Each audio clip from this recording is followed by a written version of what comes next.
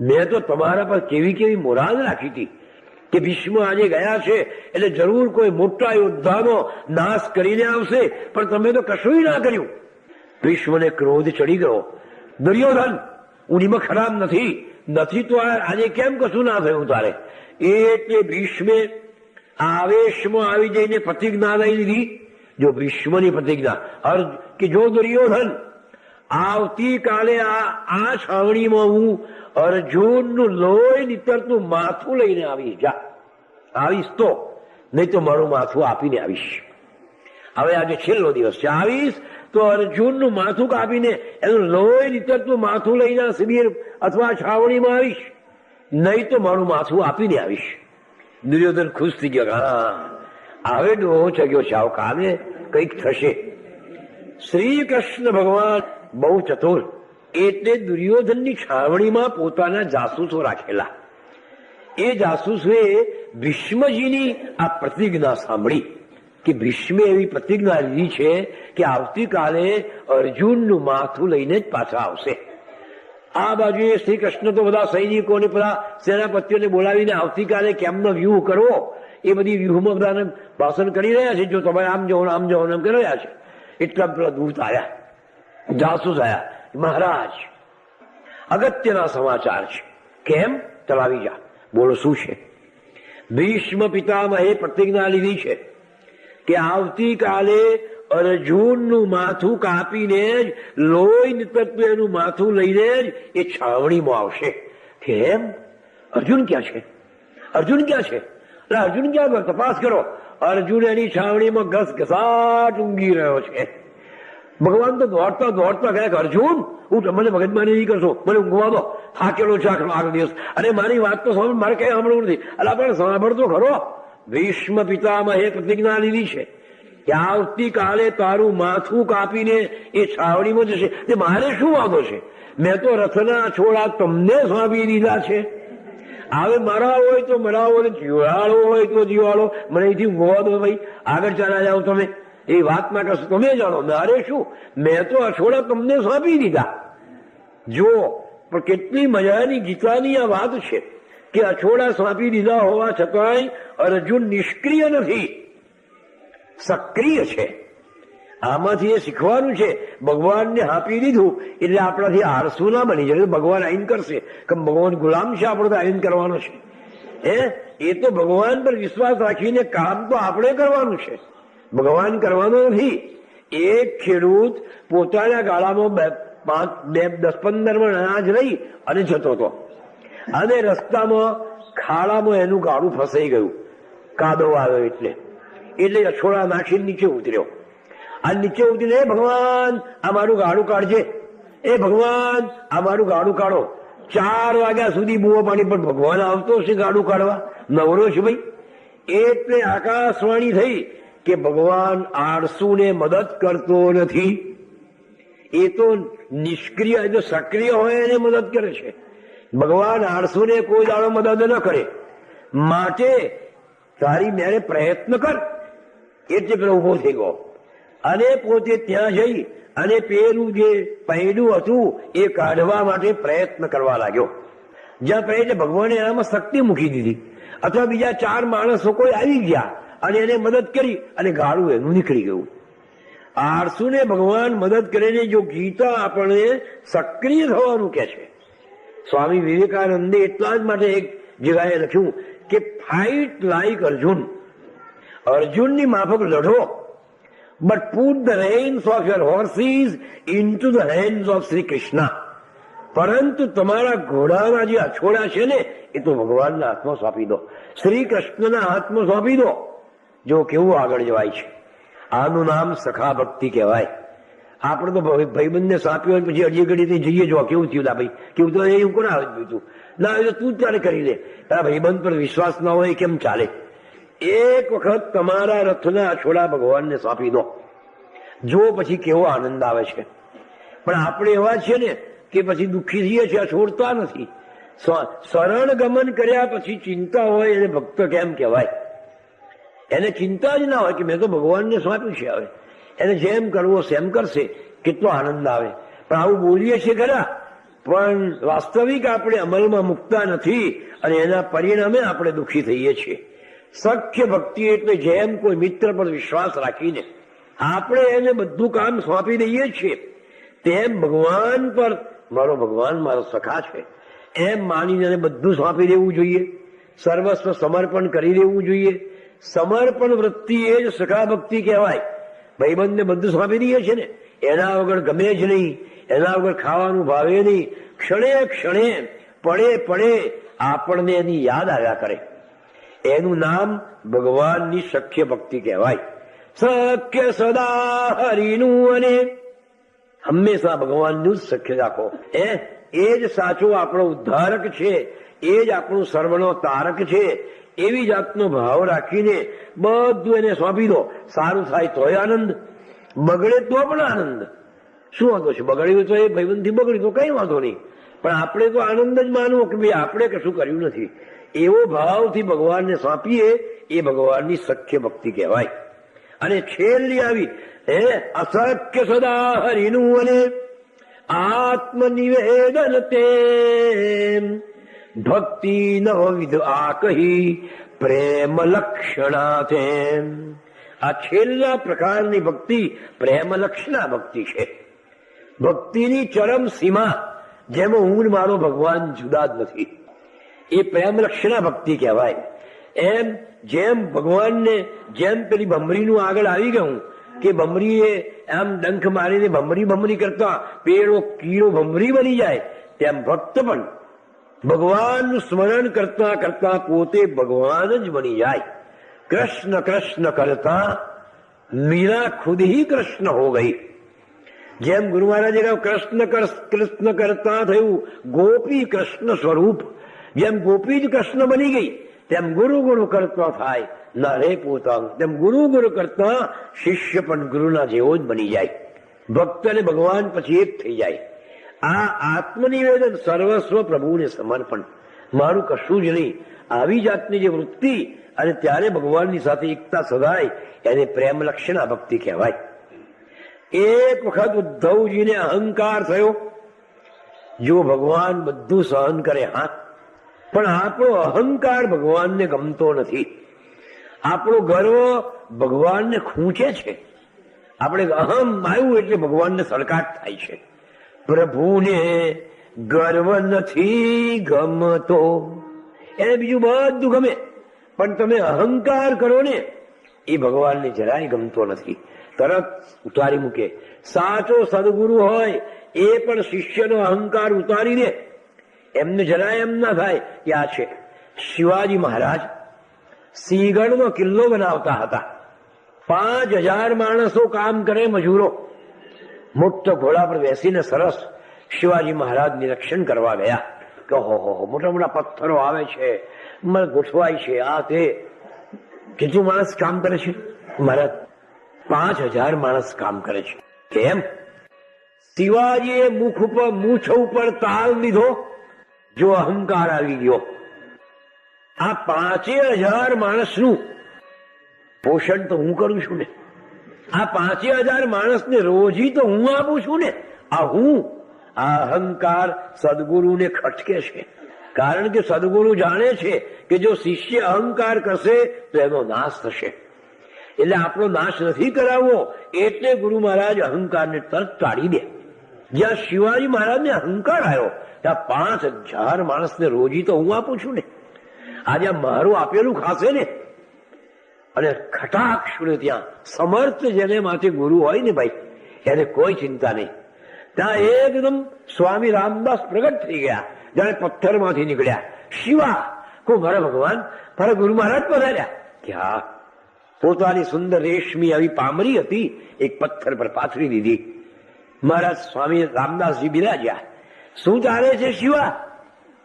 કે બાપજી મોટો કિલ્લો બની રહ્યો છે સિંહગઢનો. એમ 5000 માણસ કામ કરે છે બાપજી. હા, 5000 ને રોજી હું આપું છું. અને મહારાજ જો ગુરુની આગળ કોઈ દાડો અભિમાન ન કરાય, સંતની આગળ અને કોઈની આગળ ભાઈ આપણે શું કરવા અભિમાન કરીએ? આપણે શું છીએ? પણ અહંકાર તો ગુરુને અને ભગવાનને ખૂંચે છે કે આ 5000 માણસ કામ કરે છે મહારાજ, બાપજી એમ કે હા 5000 ને રોજી હું આપું છું. આ હું ભગવાનને ખટક્યો. એટલે રામદાસ સ્વામી બોલ્યા કે શિવા, પેલો પથ્થર જરા મંગાઈ ગયો. અહીંયા એક મોટો પથ્થર હતો. 5-7 મજૂરો જઈ પથ્થર લાવી ઉંચકી અને સ્વામીજીની આગળ મૂક્યો, સમર્થની આગળ. એક મજૂરને કે ઘણ લઈને આવ ભાઈ, આ પથ્થર ફોડ. પેલા મજૂરે જોરથી ઘણ માર્યો અને પથ્થર ફોડ્યો તો પથ્થરમાં નાનું અમથું આટલું બાકું, એમાં જરાક અમથું પાણી અને એમાં એક દેડકી બેસી રહેલી. હા, ભગવાન રામદાસે પૂછ્યું શિવાજીને કે શિવાજી, આ દેડકીનું પોષણ તું કરે છે? કે ના ભાઈ સાહેબ, આ દેડકીને તું ખવડાવે છે, એનું ખાવાનું તું આપે છે? કે ના, તો તું તો એક દેડકીનું પોષણ કરવાનું તું સમર્થ નથી. અને કે 5000 માણસને હું રોજી આપું છું. અને શિવાજીને જેવા ગુરુ હતા એવા શિષ્ય પણ હતા કે અરે રે, મેં આ શું કરી નાખ્યું, મારો અહંકાર તરત ઉતારી દીધો. શિવા, આ શેને એક દેડકીનું પણ પોષણ કરવામાં તારી તાકાત નથી અને તું એમ માને છે કે 5000નું પોષણ કરું છું. ભગવાન મને ક્ષમા કરો, મારી ભૂલ થઈ. શિવાજી અંતર ખોજ કરી. જો ગુરુ મહારાજ ટકોર કરે તો આપણે અંતરમાં ખોજ કરવી કે મારી કઈ ભૂલ છે. શિવાજીને વિચાર આવ્યો કે આ મને અભિમાન કેમ આવ્યું કે મારી પાસે સત્તા આવી છે, મારી પાસે સંપત્તિ આવી છે, મારી પાસે શક્તિ છે, એટલે મને અહંકાર આવ્યો. મારું છે એવું મારું તારે અહંકાર આવે ને, તે જ વખતે કહું કે ભગવાન રાજ તમારું, હું છું જ નહીં. રામદાસે કહ્યું શિવાજી, હું ક્યાં રાજ કરવા બેસવાનો છું? કે નહીં, હવે મારું રાજ જ નહીં. ભગવાન રાજ ગાદી ઉપર સ્વામી મહારાજની રામદાસની પાદુકાઓ મૂકી અને શિવાજી બાજુમાં બેસીને રાજ ચલાવે. પોતે રાજા છે જ નહીં. ભગવાન ઝંડાને પોતે પ્રતીક બનાવ્યું અને આ રીતે સંતનું સન્માન કર્યું. તો સાચા સદગુરુ છે ને, એ શિષ્યનો અહંકાર તોડી નાખે. એક વખત બાપજી પોરમાં હતા. મને કે કાગળ હું લખાવું તે તું લખ. મેં કહું લખું બાપજી. હું એમની ખુરશી નજીક બેઠો. હિન્દીમાં કાગળ લખવાનો હતો. એટલે આમ ચીપી ચીપીને સુંદર અક્ષર કાઢવા લાગ્યો હું તો. મને મારા મનમાં અહંકાર આવ્યો, આપણા અક્ષર ફાઇન છે, બાપજીને મજા ગમે આપણા અક્ષર, બાકી કોઈને કેમ ના કહ્યું. અને આપણા કાગળ લખે અક્ષર આપણા સરસ, અને એકદમ સ્વચ્છ કાગળ લખું. અને ત્યાં તો બાપજી મને એક શબ્દ લખાયો કે આપને જો પૃચ્છાકી, પૃચ્છાનો પેલો પ્રૂ મને લખતો ના આવડ્યું ભાઈ. હા, હું તો બધો ગ્રેજ્યુએટ થયેલો હતો તો એ પ્રૂ ના લખતો આવડ્યું. એટલે મેં એમ લખ્યું કે હાય નહીં. એમ કેટલું ચેક્યું, અડધી લીટી ચેકી જે અત્યાર સુધી મેં કાળજીપૂર્વક એમ સુંદર લખ્યો હતો તે અડધા લખાયા પછી આખો ચેકાઈ. અને પછી તો બાપજી એક લપડ મને આમ પેલા ફેંક મારી દીધી આમ કરીને. માસ્ટર થયો જ કે પાછો. અને આમ પ્રૂ આ બાપજી હા પ્રૂ આ બરોબર. અને મારો આખો કાગળ ચેકાઈ નાખ્યો. મારી આખી જે રોપ હતો ને ઉતારી જ નાખ્યો મારો ફટશું નહીં. એટલે તરત જ ઉતારી નાખે. સંતની આગળ, ગુરુની આગળ કોઈ દાડો અહંકાર ન કરાય. શિયાળાના દિવસમાં બાપજીએ ઉઘાડા પગે પરિક્રમા કરેલી. આગળ આવશે તારે ખ્યાલ આવશે. એટલે એમના પગમાં બધા ચિરાડા પડી ગયેલા. એટલે શિયાળામાં એ વેર બધા બહુ એમને તકલીફ આપે. એટલે એમને કોકમનું ઘી ઘસીએ. એટલે સાંજ પડી, બધા લોકો જતા રહ્યા. એટલે 5-10 જણ રહ્યા અને બધા દરવાજા બંધ કર્યા. એટલે બાપજી મને કહું જરા મારા પગે કોકમનું ઘી ઘસી આપ. એટલે એમને પગ ટેબલ પર મૂક્યા અને હું ઘી ઘસવા બેઠો. આજુબાજુ પેલા બધા બીજા મારા ગુરુબંધુઓ બેઠા વાતો કરતા. મારા મનમાં અહંકાર આવ્યો કે જો બાપજી મને જ કહ્યું, હા, એ બીજા કોઈને ના રાવજીને કહ્યું કે ના બાલુને કહ્યું, એ પુરાણી મને જ કહ્યું કે ગોવિંદ તું ઘી ઘસ, એટલે આપણે કંઈક છે. આવું મારા મનમાં અહંકાર આવ્યો એટલે હું ઘસવા મળ્યો. શિયાળો અદાડો ભાઈ. 6 વાગે તો દિવસ આથમી ગયો. 6 વાગ્યાનો ઘસ 6:30. પણ લાઈટ બાપજીની આગળ દીવો તો હરગાવાય નહીં. અને બાપજી એવી વાતે વળી ગયા. આ તો અડધો કલાકમાં તો આ મારો હાથ એટલો દુખી ગયો કે હજી પેલા મુકુળા વાતો બંધ કરો.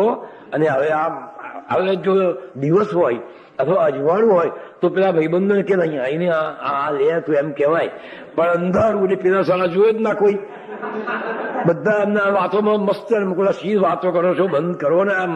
અને આ વાત તો મને આમ ખરી પડે એટલો. પણ બાપજી તો જરાય પગલે એના 7:30 થયા, 8 થયા. ઓ ભગવાન, આ બંધ કરાય ના કે છે, કેમ બંધ કરી દીધી એવું થાય. અને આ પેલા અલા બંધ કરો તમે વાતો. આ હાથ મારો આમ થઈ ગયો, 9 થયા. વિચાર કરો, હાથને આમ થઈ ગયો. પણ પથારીમાં વ્યાજચરમાં ઉંચકાવું જોઈએ ને, આજથી હાથ તો આખો થઈ ગયો. અહીંયા સારા મૂકું, શું વાતો કર્યા કરો છો? હા, મારા ભણી તો તમે જુઓ. પણ હવે ખબર છે કે અંદર આમ, અને પણ હું આમ મારો આખો હાથ થઈ ગયો. પણ એ બાપજી અભિમાન ઉતારી દીધું. ફરીથી જિંદગી મેં એમ ના કહું કે મને જ કહ્યું.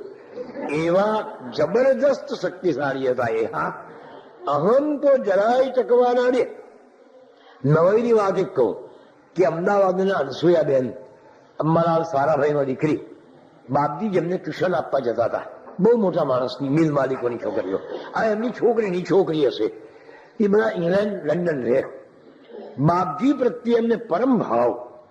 આ પેલી બાઈ બાપજીને દર્શન કરવા નારીશ્વર આવ્યા. હવે બાપજી શ્રાવણ મહિનામાં મુંડન કરાવે. હા, જટા પોતાની છે ને એ શ્રાવણ મહિનામાં કાઢી નખાવે. એ માથું બોળ્યું હોય. આ શ્રાવણ મહિનામાં 1-2 દાડા થયા છે અને પેલો બહેન આવ્યો દર્શન કરવા. અમે પણ ગયેલા, અમે બધા બેઠેલા. આ પેલા બેન લંડન થી આવેલા, પરદેશમાં રહેલા, એ તેમને બોબ હેર કટિંગ કરાવે છે ને, ચોટલો નહીં રાખેલો, પણ આ બોબ હેર કરાયેલા. એટલે પેલા બહેનને થોડોક સંકોચ થયો જરા. અવધૂત ચિંતન શ્રી ગુરુદેવ નમો નારાયણ. કે આવા બોબ હેર, આવા વાળ લઈને બાપજી પાસે બેસીએ એટલે થોડો સંકોચ થાય. પેલા બેનને સંકોચ થયો એટલે એમનાથી રહેવાયું નહીં. એટલે એ સંકોચને દૂર કરવા માટે બાપજી પાસેથી થોડુંક આશ્વાસન અથવા પોતાના હૃદયને કરાર વળવા માટે પેલા બેન બોલ્યા કે બાપજી, સવારમાં છે ને મારે બહુ કામ હોય છે. જો હું 1 અધ્યાય ગુરુનામૃતનો કરું છું, 16 રામ સંકીર્તનના 16 પાઠ કરું છું, 52 દત્તબાવનીના પાઠ કરું છું, એટલે સવારમાં મને નવરાશ મળતી નથી. એટલે મોટા જો વાર રાખું ને બાપજી, અંબોડા જેવા, તો સવારમાં બહુ વાર લાગે અને મારા ભજનમાં આટલો વિક્ષેપ પડે. એટલે આ મેં આવા વાર કપાયા છે. અને બાપજી કોઈ દિવસ કોઈને કહ્યું નથી કે તે કેમ આવા કપાયા. બાપજી તો વિચારે નતો આવ્યો, પણ પેલા બેનને આવું થઈ ગયું, જરા ક્ષોભ થયો. એટલે જાણી જોઈને એમને ક્લેરિફિકેશન કર્યું કે બાપજી આટલા લીધે મેં આવા વાર ગયા. અને બાપજી એમ માથે હાથ ફેરવતા, જો એટલો બધો ભાવ હોય ને તો મારી માફક બોડી જ કરાવી નાખ ને, એટલે જરાય સમય નહીં જાય તારો કે છે. શું બોલે પેલા બેન બિચારો. આટલા બધા સ્પષ્ટ વક્તા બાપજી હતા. એટલે અહમ કોઈનું ચલવી ના લે. કોઈ પણ ભગવાન પણ પોતાના ભક્તનો અહંકાર ન થવા દે. જો નારદ મુનિને અહંકાર આવ્યો તો ભગવાને વાંદરાનું મોઢું કરીને એમનો અહંકાર પણ ઉતારી દેવડાયો. એટલે પ્રભુને ગર્વ નથી ગમતો, ભગવાનને બધું ગમે છે. પેલા ઉદ્ધવજીને ગર્વ થયો કે હું શ્રી કૃષ્ણનો મિત્ર, પરમ ભક્ત, જ્ઞાની, અને મારી સલાહ લઈને શ્રી કૃષ્ણ કામ કરે. ભગવાન તો અંતર્યામી હતા. ઉદ્ધવમાં જોઈ ગયા કે હા, કે ઉદ્ધવજી એક કામ સોંપવાનું છે. કે બોલો ને બાપજી. જોડ્યા મેં વૃંદાવન ને ગોકુળ છોડ્યા પછી પેલી ગોપીઓને હું મળવા ગયો નથી, એટલે એ ગોપીઓ મને ગાળો દેતી હશે કે કૃષ્ણ કપટી છે, કાળીઓ છે, અમને વચન આપીને ગયો એ ગયો, પાછો આવ્યો જ નહીં, હવે તો રાજા બની ગયો, અમે ગરીબ ગોવાળિયાઓ, અમે અભણ માણસો, અમે ગામડિયાઓ, અમારે ત્યાં શું કરવા આવો ભાઈ, આમ તને મોટો થઈ ગયો, રાજા થઈ ગયો ભાઈ, આમ તેમ મારા માટે બધા બોલતા હશે. એટલે તમે જઈને એમને સમજાવી આવો કે કૃષ્ણ એ કોઈ સામાન્ય ગોવાળિયો નથી, પણ પરબ્રહ્મ છે અને વિશ્વ કલ્યાણ માટે અવતરેલા પરબ્રહ્મનો અવતાર છે. માટે ગોપીઓ તમે કૃષ્ણના તરફ ચીડાશો નહીં, અને તમને બધાને પ્રેમની ભૂલ્યા નથી, અને તમને બધાને વૈકુંઠમાં લઈ જવાના છે. એટલે પેલા અને તો આનંદ થઈ ગયો. ઉપદેશ આપવાનો આવે ને એટલે બધા ખુશ થઈ જાય કે ચાલો આપણો સમય આવ્યો છે. ગોપીઓને એવો ઉપદેશ આપો કે કૃષ્ણ કોઈ સામાન્ય નથી. એ તો બધું ગોઠવતા ગોઠવતા મનમાં ગયા બળદેવજી કે મારે કેવી રીતે ગોપીઓને કહેવું, શું કહેવું, કેવી રીતે આમ મૂકવું કે તમે ધારો છો એવો કોઈ ગોવાળિયો છે? તમારી સાથે નાચનારો કૂદનારો એવો કોઈ ગોવાળિયો નથી, એ તો પરબ્રહ્મ છે. તમે એમને ઓળખ્યો નહીં. આમ તેમ આ બધી વાતો કરતો ગોઠવીને ગયો. મનમાં એવા વિચારો, એને ચિત્ર દોરીને ગયો કે મને જોશે એટલે ગોપીઓ કૃષ્ણને ગાળો દેશે અને કૃષ્ણ તરફ તિરસ્કાર બતાવશે કે કૃષ્ણ તો આવો છે, અમને દગો કરીને નાસી ગયો, કાળીઓ કપટી છે, એટલે હું એમને આવી રીતે સમજ પાડીશ કે ભાઈ એ કપટી નથી. આમ તેમ આવું બધું ગોઠવ્યું અને વૃંદાવનમાં ગોકુળમાં આવી ગયા. પણ આવતામાં જ આખું પિક્ચર, જે ચિત્ર એમને દોર્યું હતું એના કરતા જુદું જ ચિત્ર જોયું. પેલી ગોપી તો આનંદમાં હતી. વિક્રેતુ કામા ખલુ ગોપ કન્યા મુરારી પાદાર પિત ચિત્ર વૃત્તિ દરિયાદિકમ્બો વશાદ વોચ ગોવિંદ રામો ધર્માધવેતી. આશ્ચર્ય પામી ગયા પેલા ઉદ્ધવજી. તો ધાર્યું તું શું અને નીકળ્યું શું? ગોપીઓ મને આમ વળગી પડશે ને ગાળો દેશે, એને બદલે આ તો પછી ગોપીઓ તો એમના માથા પર જે દહીંની મટુકી મોકલી છે એને બદલે એટલા બધા કષ્ટમાં લીન છે, ગોવિંદમાં અથવા ભગવાનમાં, માધવમાં એટલી બધી લીન થઈ ગઈ છે કે પેલા મહિને બદલે માધવ બોલે છે. અને ગોકુળ ગામની ગોરી ગોવાલણી મહિડા વેચવાને ચાલી કે હારે કોઈ માધવ લો, માધવ લો. ઓ તારી, આ તો માધવ, એ ગોપીઓ ગોપીઓ, અરે હારે કોઈ માધવ લો, માધવ લો. મુરારી પાદાર પિત ચિત્ત વૃત્તિ. ત્યારે ભગવાનના ચરણ કમળમાં જેની ચિત્તવૃત્તિ સ્થિર થઈ ગઈ છે એવી ગોપીઓ પેલા મોહને થઈને દહીંને બદલે ગોવિંદ, ગોપાલ ને માધવ ને આવું બોલવા લાગી છે. આશ્ચર્ય પામી ગયા. એમનું ધાર્યું હતું કે વળશે ને રડશે ને માથા કૂટશે ને, એને બદલે આ તો બધી હસ્તી. અરે મારી વાત તો સાંભળો, હું દ્વારિકાથી આવું છું, શ્રી કૃષ્ણ મને મોકલ્યો છે. શું કામ છે શ્રી કૃષ્ણ? પણ તમે શ્રી કૃષ્ણના વિયોગથી કોણ ચિંતા કરે છે? કોણ કહે છે કે શ્રી કૃષ્ણ અમને છોડીને ગયો છે? કૃષ્ણ અરે કૃષ્ણ કઈ અમારાથી આગા છે? અમને તો વૃંદાવનની માટીના કણે કણમાં કૃષ્ણ દેખાય છે. આ વૃક્ષોના પાંદડે પાંદડે કૃષ્ણ દેખાય છે. યમુનાની લહેરે લહેરે અમે શ્રી કૃષ્ણના દર્શન કરીએ છીએ. કોણ કહે છે કે શ્રી કૃષ્ણ અમને છોડીને ગયો? જો આનું નામ મારા ભગવાન મને છોડે કેવી રીતે? હું તો ભક્ત અને ભગવાન એક. આજે થઈ ગઈ પરમ, જે છેલ્લી કક્ષાની આ ચરમ સીમા હતી. કોણ કે છે કે કૃષ્ણથી આવ્યો કૃષ્ણ? અમને તો બધે કૃષ્ણ દેખાય છે. મારી વાત તો સાંભળો, આ કૃષ્ણ કોઈ સામાન્ય ગોવાળિયા નતા. અમારે તો ગોવાળિયો જ જોઈએ છે, પણ મારી વાત તો સાંભળો, એ તો પરબ્રહ્મ હતા. જગતનો ઉદ્ધાર કરે, 6 જગતનો ઉદ્ધાર કરે. અમારો તો ઉદ્ધાર થઈ ગયો છે. પણ મારી તમને બધાને વૈકુંઠ લઈ જવાના છે. મારે તમને કોઈ ચિંતા કરશો નહીં, પણ અમે ક્યાં ચિંતા કરીએ છીએ? અને વૈકુંઠે અમારે શું કરવા આવું છે? નહીં આવું, નહીં આવું કે વૈકુંઠ નહીં આવું, ત્યાં તો કાન કુંવર ક્યાંથી લાવું કે વૈકુંઠ નહીં આવું. આ ભક્તિની ખુમારી છે.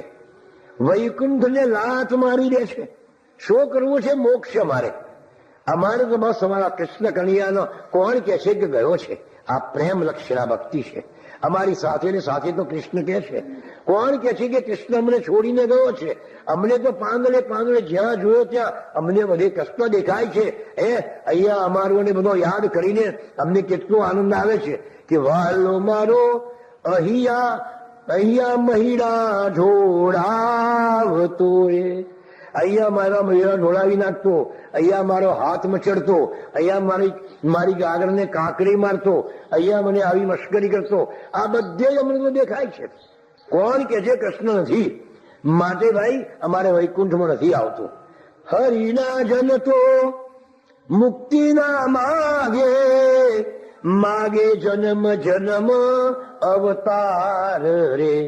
સાચો ભક્ત તો મુક્તિ કે મોક્ષને માગતો નથી, એ તો અવતાર જ માગે છે.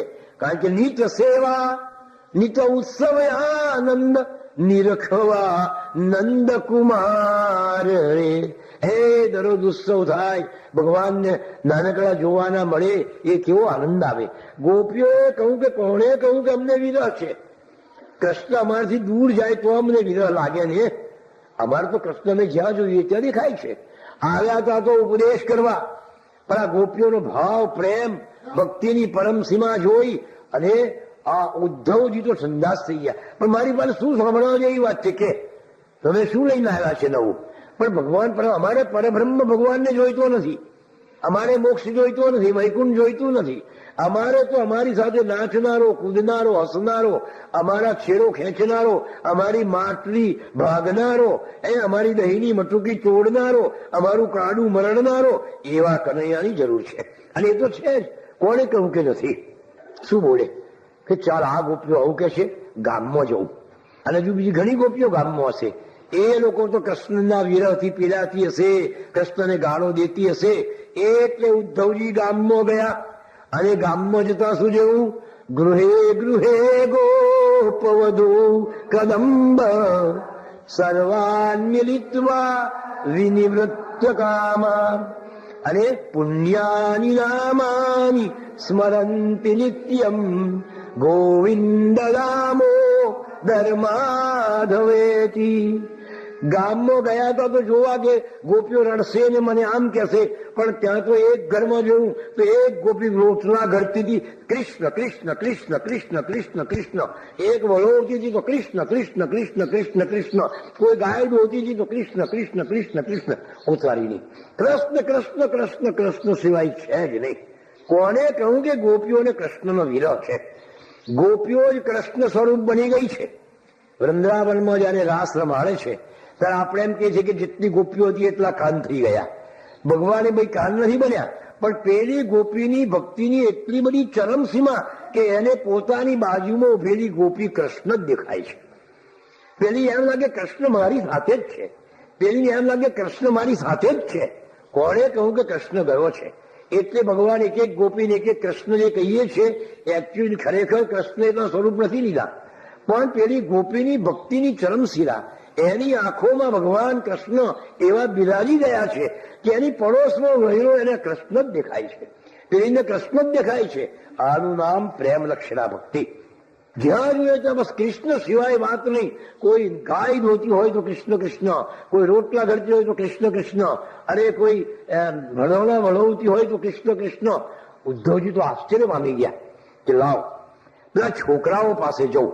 પેલો મનસુખીઓ ને નંદ ને સુનંદ ને એ લોકો તો કનૈયાને ગાળો દેતા હશે કે અમારો ભાઈબંધ અમોને દગો કરીને નાસી ગયો, રાજા બન્યો, પછી અમારી ખબરે લીધી નથી કે અમે બી ગરીબ, અમે અભણ, અમે ગામડિયા, હવે શું કરવા? આવી આવી ફરિયાદ આ ગોવાળિયાઓ તો કરશે.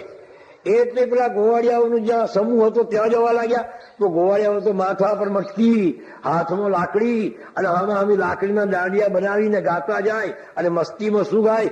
હરિને લઈને આવ્યો છું, પ્રભુને લઈને આવ્યો છું, કોને જોઈએ છે હરિ બોલો. હરિને લઈને આવ્યો છું, પ્રભુને લઈને આવ્યો છું, કોને જોઈએ છે હરિ બોલો. મનના મોહન લાવ્યો છું, તનના ત્રિકમ લાવ્યો છું, કોને જોઈએ છે હરિ બોલો. મનના મોહન લાવ્યો છું, તનના ત્રિકમ લાવ્યો છું, કોને જોઈએ છે હરિ બોલો. હરિને લઈને આવ્યો છું, પ્રભુને લઈને આવ્યો છું, કોને જોઈએ છે હરિ બોલો. ભાઈને